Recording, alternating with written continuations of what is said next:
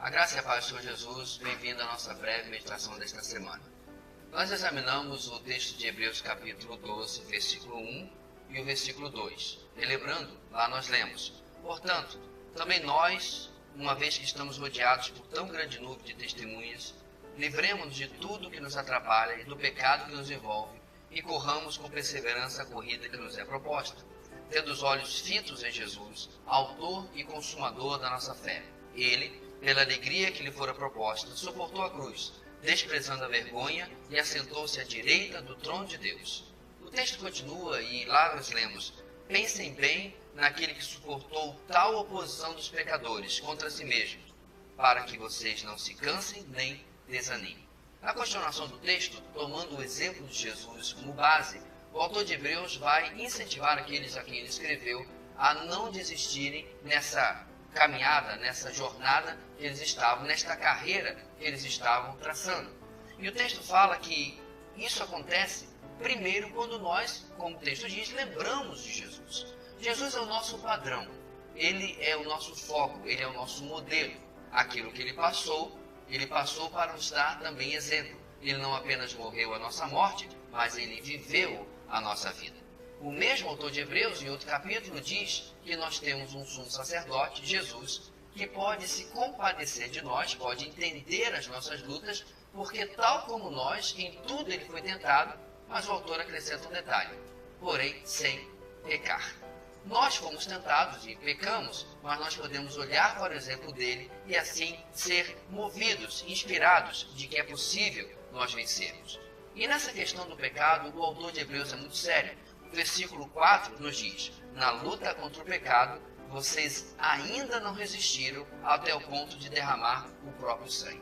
Aqueles eram dias de morte, aqueles eram dias de perseguição.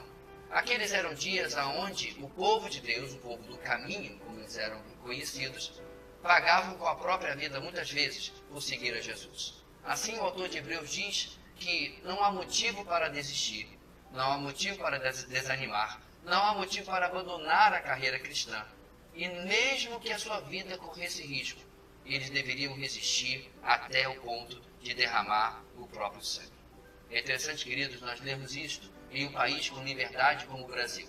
Não corremos risco de vida, ninguém está ameaçando a nossa existência por seguirmos a Jesus. E mesmo assim, quantas vezes nós, ou você e eu, voltamos atrás das nossas decisões, das nossas opiniões, das nossas posições, porque as pessoas não estão se agradando daquilo que nós estamos falando.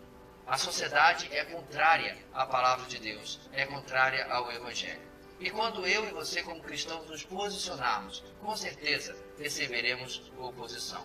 Não corremos o risco, como o texto diz, de derramar o nosso próprio sangue, mas ainda assim, nós temos o risco de perder muitas vezes a admiração das pessoas, a amizade, o relacionamento ou qualquer outra coisa, em troca de sermos reconhecidos como alguém que tem ficado com a verdade da palavra, com aquilo que o Senhor Jesus também defenderia.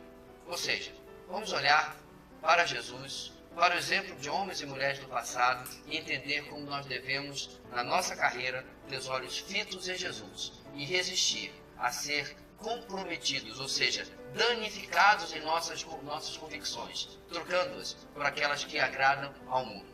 Em uma sociedade pós-moderna, hoje você agradará ao mundo de uma forma, amanhã ela exigirá de você outra postura, outra questão, porque a verdade é líquida, ela é mutável.